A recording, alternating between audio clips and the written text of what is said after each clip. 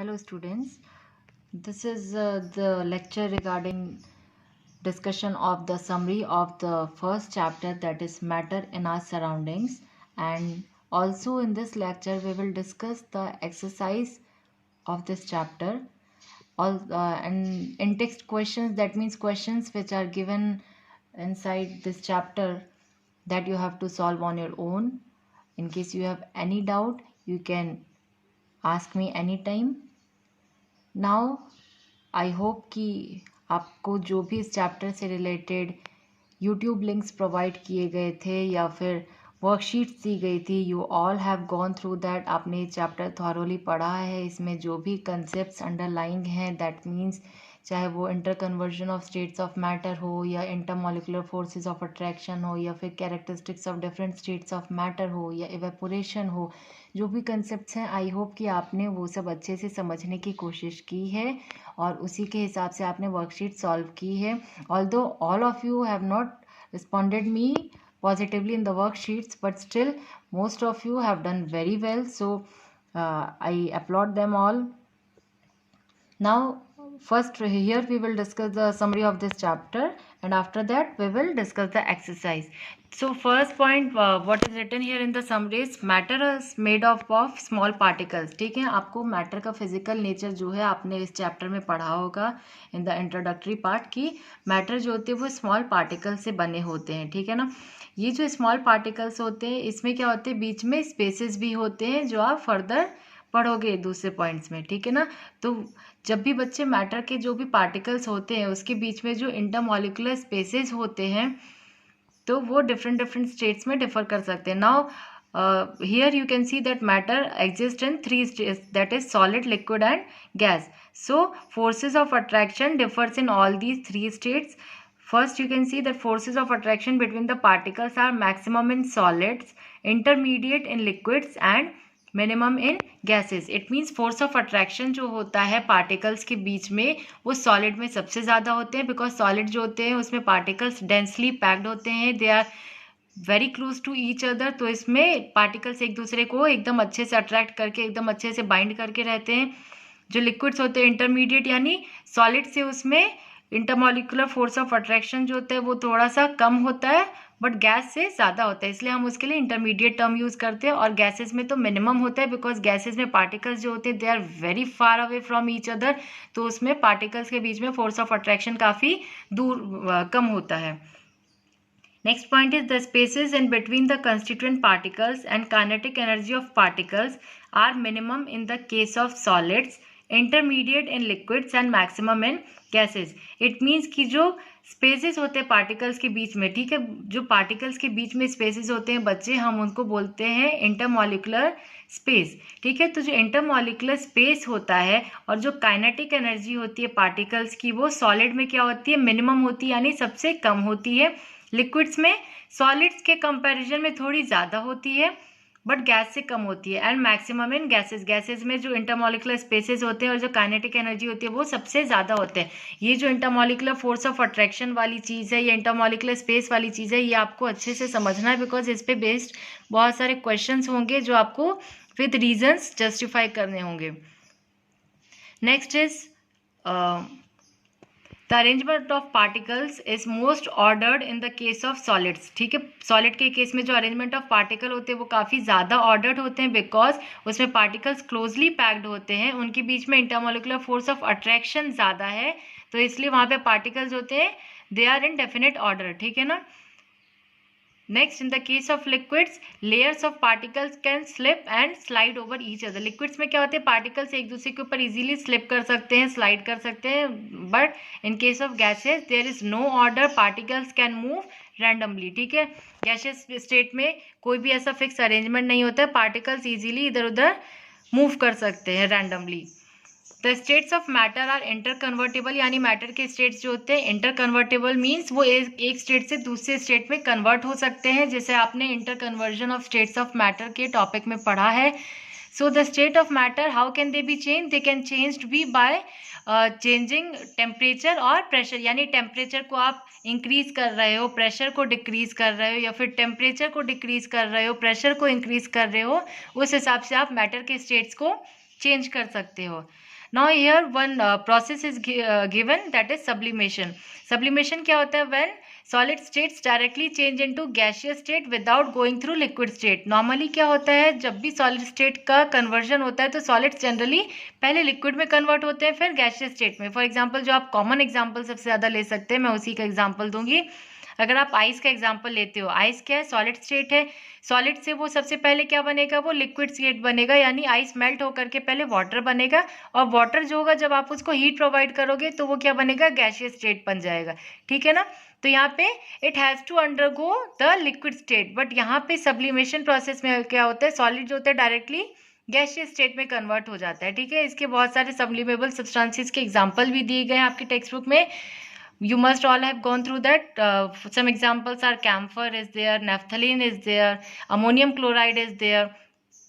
Ammonium chloride का formula क्या होता है? NH4Cl. N जो होता है एलिमेंट, ये किसके लिए यूज किया गया? नाइट्रोजन के लिए. H is for hydrogen and Cl is for chlorine. ठीक है? तो अमोनियम क्लोराइड का फॉर्मूला है NH4Cl. ठीक है? तो ये कुछ सब्सटेंसेज है जो सब्लिमेबल सब्सटेंसेज है. In the examples are asked for this process, so you have to read that. Next is deposition is the change of gaseous state directly to solid state without going through liquid state. अब आपने इससे पहले क्या देखा था? Sublimation में solid से gas हो रहा था, लेकिन डिपोजिशन में क्या हो रहा है? गैस टू सॉलिड हो रहा है. ठीक है ना? तो ये दोनों प्रोसेस जो है एक दूसरे के अपोजिट होती है. ठीक है? सब्लिमेशन में क्या होता है? गैसियस स्टेट जो होता है वो सॉलिड स्टेट से बनता है, एंड डिपोजिशन में क्या होता है? इसी का ठीक उल्टा हो जाता है. Next is about boiling process. Boiling is a bulk phenomena. Bulk phenomena means boiling में जो होते हैं एक साथ जो जितने भी पार्टिकल्स होते हैं लिक्विड के, वो सारे पार्टिसिपेट करते हैं. So particles from the bulk, that means whole of liquid, change into vapour state. Next process जो दी है इवेपोरेशन. इवेपोरेशन क्या है? सरफेस फेनोमेना, यानी कि उसमें जो सरफेस पे जो पार्टिकल्स होते हैं वही पार्टिसिपेट करते हैं. They gain energy from the surrounding so that they can break the intermolecular force of attraction, और फिर उसके बाद वो वेपर स्टेट में कन्वर्ट हो सके. Next one, rate of evaporation is affected by many factors. सबसे पहला फैक्टर जो यहाँ पे दिया गया है, टेम्परेचर दिया गया है. सबसे पहला दिया गया surface area expose to the atmosphere. Surface area expose means किसी भी सरफेस का जो भी एरिया एक्सपोज है एटमॉस्फेयर में, उसके हिसाब से रेट ऑफ इवेपोरेशन डिफर करता है. फॉर एग्जांपल, जब आप कपड़े सूखने के लिए डालते हैं धूप में, तो उसमें क्या होता है? अगर आप सारे कपड़ों को एक जगह ऐसे ही बंच में रख दोगे तो उसका जो रेट ऑफ इवेपोरेशन होगा काफ़ी स्लो होगा. बट अगर आप उसी कपड़े को अच्छे से फैला करके प्रॉपरली अगर उसको ड्राई होने के लिए छोड़ोगे तो उसमें क्या होगा? रेट ऑफ इवेपोरेशन ज़्यादा फास्टर होगा, बिकॉज सरफेस एरिया वहाँ पे इंक्रीज हो गया. सिमिलरली आप जब भी अगर सपोज आप चाय पीते हो, ठीक है, for example there is T in cup and there is T in saucer, तो दोनों में सबसे ज़्यादा चाय किस में ठंडी होगी? पहले सॉसर में, बिकॉज उसमें सरफेस एरिया जो है काफ़ी ज़्यादा है और कप में क्या है? सरफेस एरिया कम है. उसी तरह दूसरा फैक्टर इवेपोरेशन को इफेक्ट करने वाला, दैट इज टेम्परेचर. टेम्परेचर के केस में क्या होता है? जब टेम्परेचर ज़्यादा होता है तो इवेपोरेशन जो होता है वो ज़्यादा होता है, एंड वाइस वर्सा. ह्यूमिडिटी के केस, ह्यूमिडिटी मतलब क्या होता है? Amount of water vapour present in air, यानी एटमॉस्फेयर में कितना वाटर वेपर प्रेजेंट है वो क्या है? आपका ह्यूमिडिटी है. ठीक है? तो ह्यूमिडिटी जब बहुत ज़्यादा हो जाती है तो क्या होता है? रेट ऑफ इवेपोरेशन जो होता है कम हो जाता है. उसी तरह नेक्स्ट फैक्टर आपका दिया गया विंड स्पीड. विंड स्पीड में क्या है कि जब विंड स्पीड ज़्यादा होगी तो रेट ऑफ इवेपोरेशन जो होगा वो ज़्यादा होगा. ये जो भी इवेपोरेशन के फैक्टर्स हैं या फिर जो भी इवेपोरेशन का पूरा प्रोसेस है आपको ऑलरेडी यूट्यूब लिंक से एक्सप्लेन कर दिया गया है. तो अगर कोई भी डाउट हो आप एक बार फिर से वो लिंक देख सकते हैं. And evaporation also causes cooling effects. General life में बहुत सारे एग्जाम्पल्स होते हैं उसके, जो इस चैप्टर के एंड में दिए गए. You all have to read that. Next is latent heat of vaporisation and latent heat of fusion. Latent heat of vaporisation means ये हीट एनर्जी कौन से प्रोसेस में इन्वॉल्व होती है? जब वेपोराइजेशन यानी कि लिक्विड से गैस स्टेट में कन्वर्ट हो रहे होते हैं. And similarly latent heat of fusion ये कब होता है? Heat energy required to change 1 kg of solid into liquid at its melting point. Fusion का मतलब मेल्टिंग, यानी ये मेल्टिंग के प्रोसेस में ये हो रहा है. ठीक है ना? नेक्स्ट वन इज यहाँ पे कुछ मेजरेबल क्वांटिटीज दी गई हैं, उनकी SI यूनिट्स दी गई हैं एंड उनके सिंबल्स दिए गए. This you have to remember. ये टेबल आप सबको अपने नोटबुक में ड्रॉ करना है। First quantity is temperature, SI unit is kelvin, symbol is capital K. उसी तरह बाकी दूसरी एसआई यूनिट्स हैं, ये पूरे जो भी एसआई यूनिट्स आपको दिए गए हैं, 7 एसआई यूनिट्स, 7 क्वांटिटीज के एसआई यूनिट्स दिए गए हैं, this you all have to remember. So here in exercise the first question is convert the following temperatures to the Celsius scale. हमने ऑलरेडी टेम्परेचर के स्केल्स देखे हैं, कैसे टेम्परेचर को एक स्केल से दूसरे स्केल में कन्वर्ट किया जाता है, हमने वो भी देखा है। तो यहाँ पे फर्स्ट क्वेश्चन जो दिया गया है दैट इज आपको केल्विन से सेल्सियस में कन्वर्ट करना है, ठीक है ना। तो हम जब यहाँ पे केल्विन से सेल्सियस में कन्वर्ट करेंगे तो आपका सबसे पहला यहाँ पे क्या दिया गया है 293 केल्विन। केल्विन से जब भी आप सेल्सियस स्केल में कन्वर्ट करते हो यू हैव टू रिमेंबर कि आप इसमें क्या सब्सट्रैक्ट करते हो बेटा, 273 उसमें से आप माइनस कर दोगे, ठीक है ना। तो जब भी 293 के में से आप 273 माइनस करोगे your answer will be 20 degree Celsius, ठीक है ना। तो यानी जब भी आपको केल्विन से सेल्सियस में कन्वर्ट करना है आप क्या करोगे, 273 को उसमें से सब्ट्रैक्ट करोगे। सिमिलरली यहाँ पे एक और एग्जांपल दिया गया हुआ है, हम वो भी कर लेते हैं। यहाँ पे क्या दिया गया आपका, क्या है यहाँ पे 470 केल्विन दिया गया है। केल्विन से सेल्सियस में कन्वर्ट करने के लिए आप क्या करोगे, माइनस 273 करोगे। So here the answer will be 197 degree Celsius, ठीक है ना। जब भी आप कोई भी फिजिकल क्वांटिटी लिखते हो उसकी एसआई यूनिट लिखना आपको नहीं भूलना है। तो यहाँ पे आप देख सकते हैं पहले में आपने यहाँ पे केल्विन से सेल्सियस कन्वर्ट करने के लिए आपने क्या किया है, you have to subtract 273 from that amount. Second one is here convert the following temperature to Celsius scale में ही second question is convert the following temperatures to Kelvin scale. इस चीज में हमने क्या देखा है कि सबसे पहला जो आपको दिया गया है दैट इज 25 डिग्री सेल्सियस। तो जब भी बेटा आपको डिग्री सेल्सियस से केल्विन में कन्वर्ट करना है आप क्या करोगे, ठीक इसका उल्टा करोगे, जो भी हमने ऊपर किया था आप उसका अपोजिट करोगे, ठीक है ना। हमने इससे पहले में क्या किया था, 273 को माइनस किया था, यहाँ पे हम क्या करेंगे 273 को ऐड करेंगे। तो 273 को जब हम 25 में ऐड करते हैं your answer will be 298 kelvin, okay. Similarly second आपको यहाँ पे दिया गया है 373 डिग्री सेल्सियस। 373 डिग्री सेल्सियस में जब आप 273 ऐड करोगे your answer will be 646 kelvin, ठीक है ना। एसआई यूनिट लिखना आपको नहीं भूलना है। जब भी आपको केल्विन से सेल्सियस में कन्वर्ट करना है यू विल सब्ट्रैक्ट 273 एंड जब भी आपको डिग्री सेल्सियस से केल्विन में कन्वर्ट करना है you have to add 273, okay. तो ऐसे ही बहुत सारे कन्वर्शंस हमेशा पूछे जाते हैं फॉर 1 मार्क्स क्वेश्चन और इन वेरी शॉर्ट आंसर क्वेश्चंस, तो ये चीजें आपको ध्यान में रखना है। Now next third question is give reason for the following observations. यानी यहाँ पे कुछ स्टेटमेंट्स दिए हुए हैं, आपको बताना है कि इन सारे ऑब्जर्वेशंस के रीजन क्या है। The first one is naphthalene balls disappear with time without leaving any solid. यानी जो नेफ्थलीन के बॉल्स है जो हम कहाँ यूज करते हैं, क्लोथ्स को प्रोटेक्ट करने के लिए ताकि उनमें कोई इंसेक्ट ना लग जाए। तो वहाँ पे हम जो नेफ्थलीन बॉल्स यूज करते हैं यू कैन ऑब्जर्व कि थोड़े दिन के बाद उसका जो साइज होता है वो धीरे धीरे धीरे कम होने लगता है एंड अल्टीमेटली इट डिसअपियर्स। तो वही रीजन पूछा गया है कि ये जो चीज है ये क्यों होती है। Okay, so the reason is the naphthalene is a sublimable substance. So being a sublimable substance, it converts directly from solid to gaseous state by taking the heat from the surroundings. Okay, so this process is called sublimation. That's why no residue is left and it is directly converted from solid to gaseous state.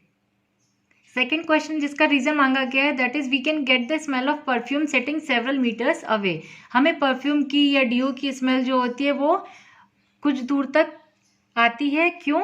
Because वहाँ पे क्या होता है कि जो भी उसके particles होते हैं दे हैव अ प्रॉपर्टी जिसको हम क्या बोलते हैं, डिफ्यूजन। हमने पहले भी पढ़ा है कि डिफ्यूजन क्या होता है, जब मैटर के स्टेट्स का इंटरमिक्सिंग जो होता है हम उसको बोलते हैं डिफ्यूजन, ठीक है। तो by this process of diffusion smell और aroma of perfume reaches several metres away due to the fast rate of diffusion of gaseous particles, ठीक है ना। जब किचन में कभी खाना बनता है तो उसका जो स्मेल है आपको दूसरे रूम तक आ जाता है। वाई? बिकॉज जो गैसेस के पार्टिकल्स हैं दे show a property called diffusion. And now the fourth question is, arrange the following substances in increasing order of forces of attraction between the particles. ठीक है, following substance को intermolecular force of attraction के increasing order में arrange करना है. Already हमने पहले भी पढ़ा था, अभी समरी में हमने डिस्कस किया है, but still I am telling you here again कि आपको कैसे लिखना है.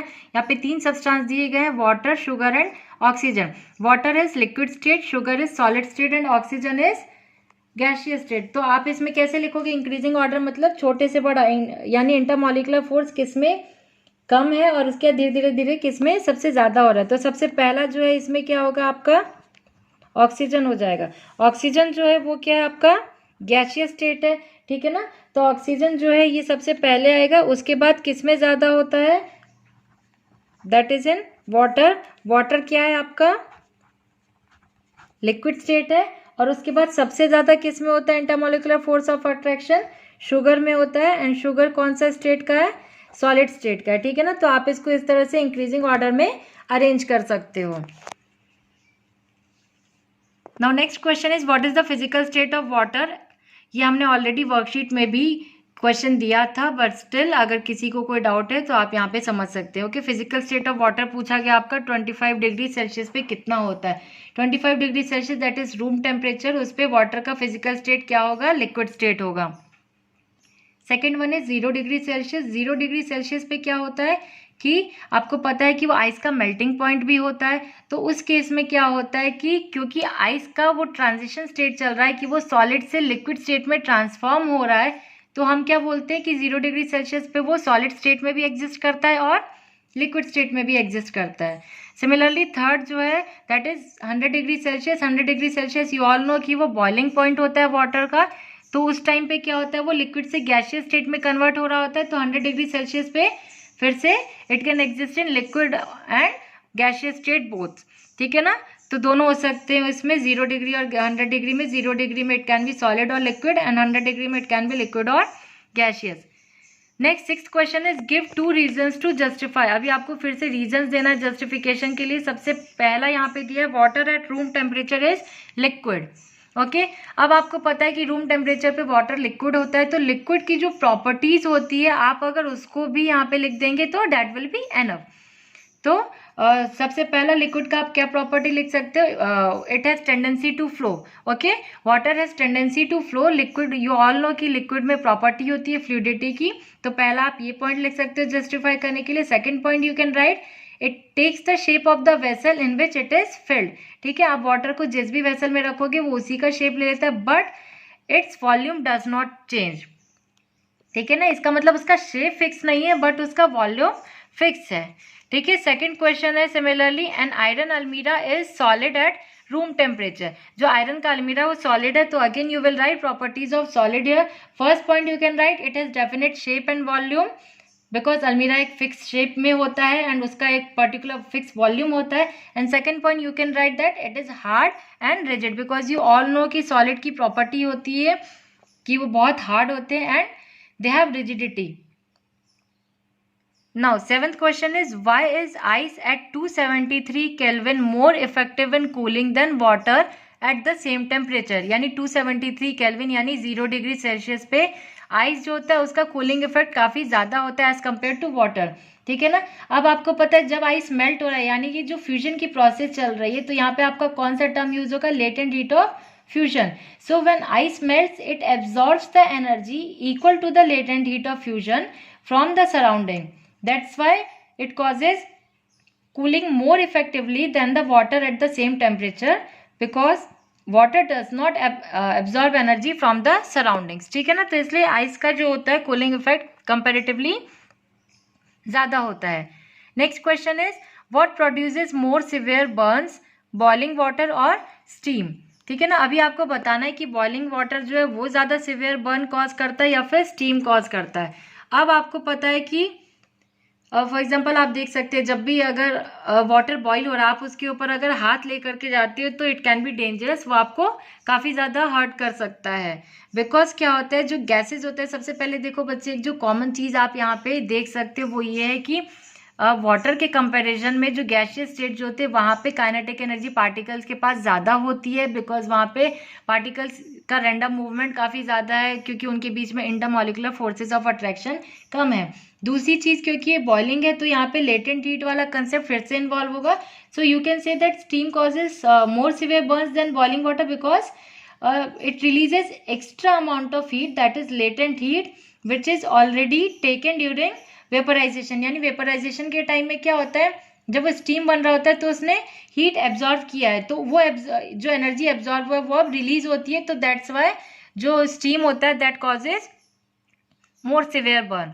Next is 9th question. यहाँ पे आपको एक प्रोसेस का फ्लो चार्ट काइंड ऑफ दिया हुआ है। यहाँ पे बताया गया है कि अगर आप टेम्परेचर यानी हीट और प्रेशर को चेंज करेंगे, इंक्रीज या डिक्रीज करेंगे, तो उस हिसाब से यहाँ पे मैटर के स्टेट्स किस तरह से कन्वर्ट हो रहे हैं। ओके, सॉलिड से लिक्विड कैसे कन्वर्ट हो रहा है, that is process A. Liquid से गैस कैसे हो रहा है, वो बी है।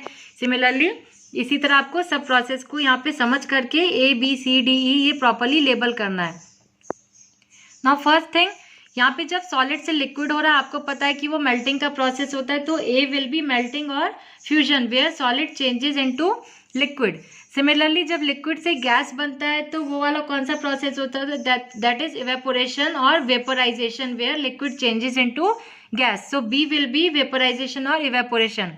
नाउ अब इसी का वाइस वर्सा वाला नीचे दिया हुआ है, दैट मीन्स जब गैस से लिक्विड कन्वर्ट हो रहे हैं उसमें, तो उसमें क्या होता है, ये कौन सा प्रोसेस होगा आपका, कंडेंसेशन या फिर लिक्विफिकेशन। लिक्विफिकेशन मतलब कि गैस जो होता है वो लिक्विड फॉर्म में कन्वर्ट हो रहे हैं। फॉर एग्जांपल जो ऑक्सीजन सिलेंडर्स यूज किए जाते हैं हॉस्पिटल में, वो लिक्विफाई करके यूज किए जाते हैं, ठीक है ना। तो जब भी गैसेस लिक्विड में कन्वर्ट होते हैं, that process is known as condensation और liquefaction.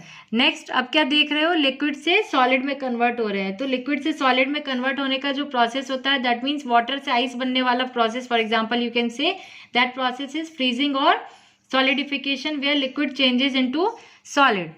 Now you can see ऊपर एक और दिया गया यहाँ पे ई, ठीक है ना, सॉलिड से गैस जिसमें कन्वर्ट हो रहा है। हमने पहले भी ये चीज डिस्कस की है अभी। सॉलिड से जब डायरेक्टली गैसियस स्टेट में कन्वर्ट होता है, that process is known as sublimation. So E will be sublimation. Now इसी प्रोसेस का रिवर्स, गैस से जब सॉलिड होता है तो हम उसको क्या बोलते हैं, डिपोजिशन बोलते हैं, ठीक है ना। तो सब्लिमेशन यानी जब सॉलिड से गैस में कन्वर्ट हो रहे हैं, और जब गैस से सॉलिड में कन्वर्ट हो रहा है, that is deposition. So A will be melting और fusion, B will be evaporation और vaporisation, C will be condensation और liquefaction, D will be freezing और solidification, E will be sublimation and F will be deposition. ठीक है, तो ये हमने आज एक्सरसाइज डिस्कस किया है। इनकेस अगर आपको किसी भी चीज़ में डाउट है, you can easily ask.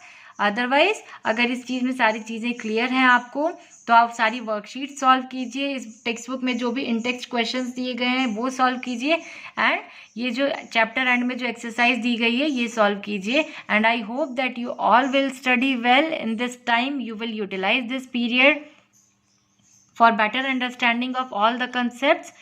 Stay home and stay safe. Thank you very much.